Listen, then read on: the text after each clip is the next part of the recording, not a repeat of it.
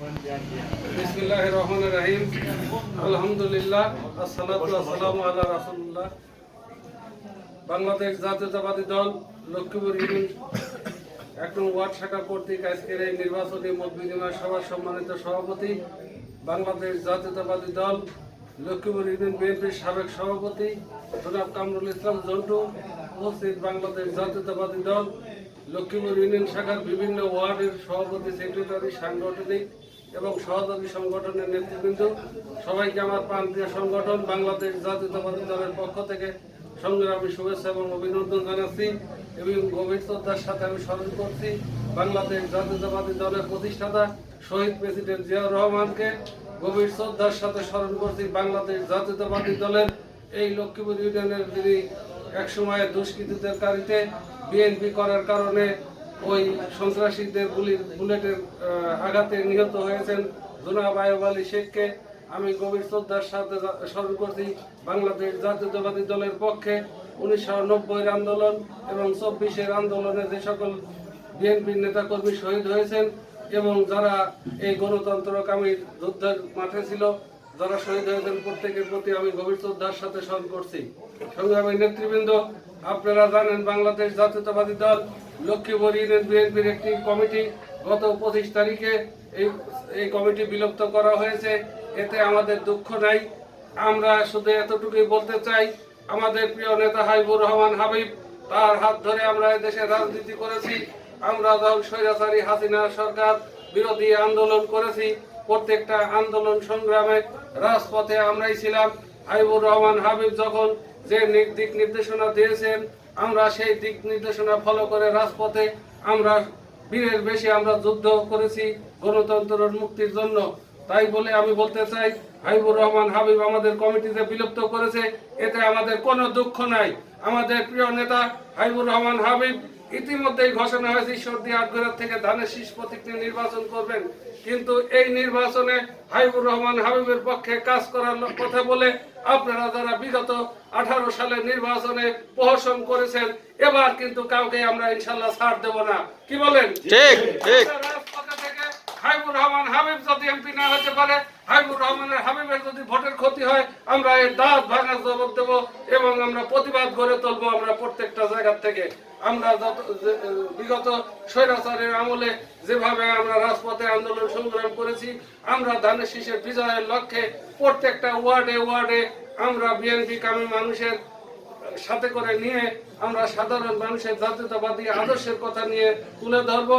ইনশাল্লাহ আমাদের বিজয় নিশ্চিত হবেই হবে।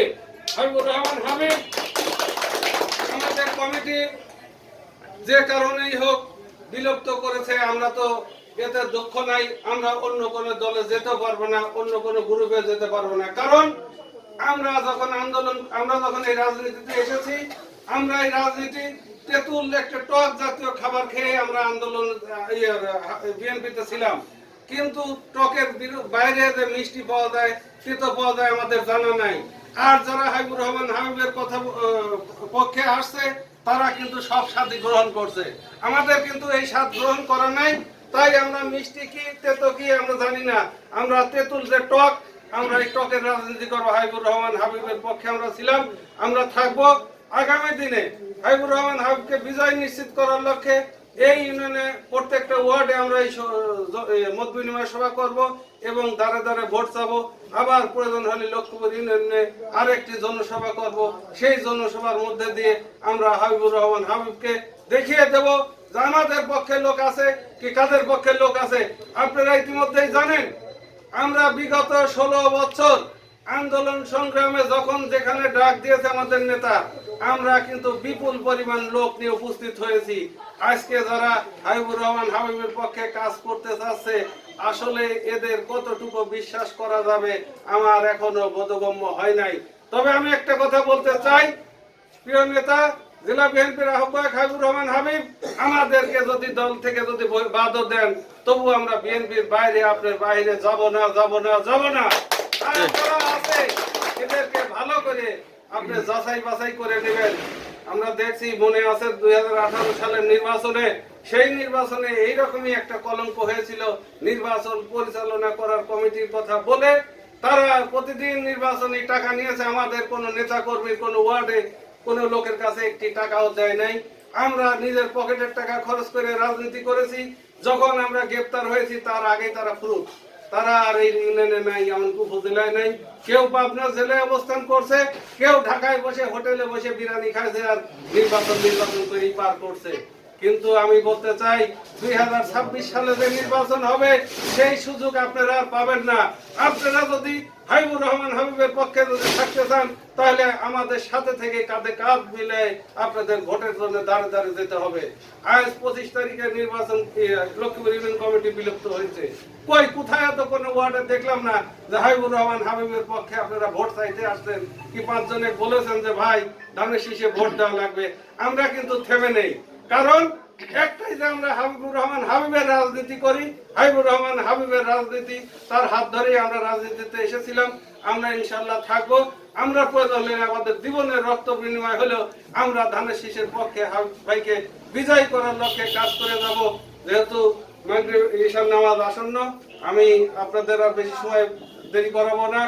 আপনারা সবাই ঐক্যবদ্ধ থাকবেন, বিজয় আমাদের আসবে ইনশাল্লাহ। কমিটি হাবিবুর রহমান হাবিব আগামী দিনে যাকে ভালো মনে হয় তাকেই দিবে, আমাদের কোনো আপত্তি নেই। কিন্তু আমরা ঐক্যবদ্ধ থেকে ধানের শীষের প্রতীকে বিজয়ী করব, এই আশা আহ্বান রেখেই আমি আমার এখানে বক্তব্য শেষ করছি।